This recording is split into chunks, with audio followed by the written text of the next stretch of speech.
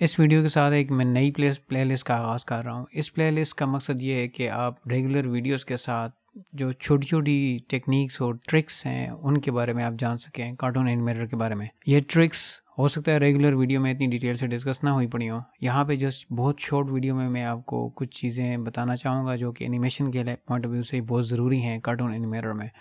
पहली जो है की फ्रेम के बारे में आज की ये वीडियो।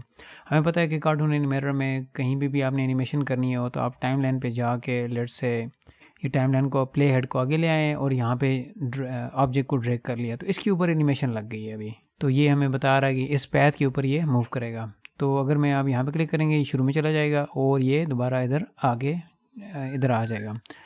तो यहाँ से ये फालतू ना घूमे फिरे, आप इसको इधर ले आएंगे। जो मोशन लगी है की फ्रेम लगा हुआ है वो ट्रांसफॉर्म के ऊपर लगा हुआ है। ये सारे जो बॉक्सेस नज़र आ रहे हैं आपको इनको फ्रेम्स बोलते हैं कि ये एक एक फ्रेम के साथ मूव हो रहा है। ये देखें ये जो बॉक्स है ये इसके अंदर ये इसकी मुख्तलिफ प्रॉपर्टीज़ हैं। अभी हमने किस प्रॉपर्टी को छेड़ के इसकी एनिमेशन की है, वो ट्रांसफॉर्म की प्रॉपर्टी को छेड़ के एनिमेशन की है, राइट।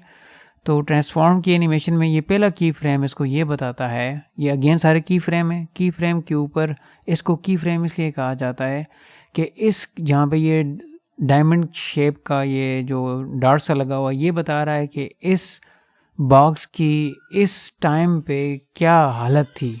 हालत का मतलब एक्स वाई जी विड्थ हाइट ये सारी रोटेशन ये सारी ट्रांसफॉर्मेशन में आ जाती हैं सारी चीज़ें। ये क्या किस सूरत हाल में था,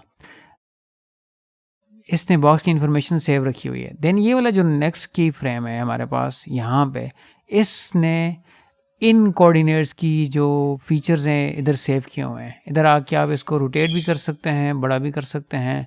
तो अभी बड़ा भी हो गया, ये देखें इसकी विड्थ हाइट भी चेंज हो गई है।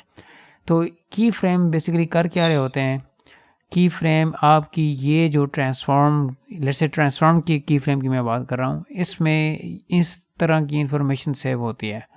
तो इस वजह से इसको की फ्रेम कहा जाता है। तो अगर आप फ्लिप के साथ इसको एनिमेट करेंगे तो फ्लिप का की फ्रेम लग जाएगा। इसको विजिबल इनविजिबल का करेंगे उसका की फ्रेम लग जाएगा। तो जितने की फ्रेम होंगे वो एक ख़ास प्रॉपर्टी की इंफॉर्मेशन अपने अंदर स्टोर करते हैं। तो इस तरह एक ऑब्जेक्ट की एनिमेशन हो पाती है। इसी तरह अगर आप मज़ीद ऑब्जेक्ट लेके आते जाएंगे तो उनके की फ्रेम्स लगते जाएंगे। जितने ज़्यादा की फ्रेम होंगे आपका प्रोजेक्ट उतना हैवी होता जाएगा, आपकी एनिमेशन रेंडरिंग पर उतना ज़्यादा टाइम लगेगा। तो ये एनिमेशन सारी इसी तरह ही होती है। तो बेसिक ये एनिमेशन की चीज़ मैं अब रेगुलर वीडियोस में नहीं बता सका, तो यहाँ पे मैंने शॉर्ट वीडियोस में ये इस तरह की बातें आपको बताऊँगा जो आपके थ्योरी और प्रैक्टिकल के लिए बहुत ज़्यादा ज़रूरी हैं। तो मिलते हैं किसी और नेक्स्ट वीडियो में। See you in the next video.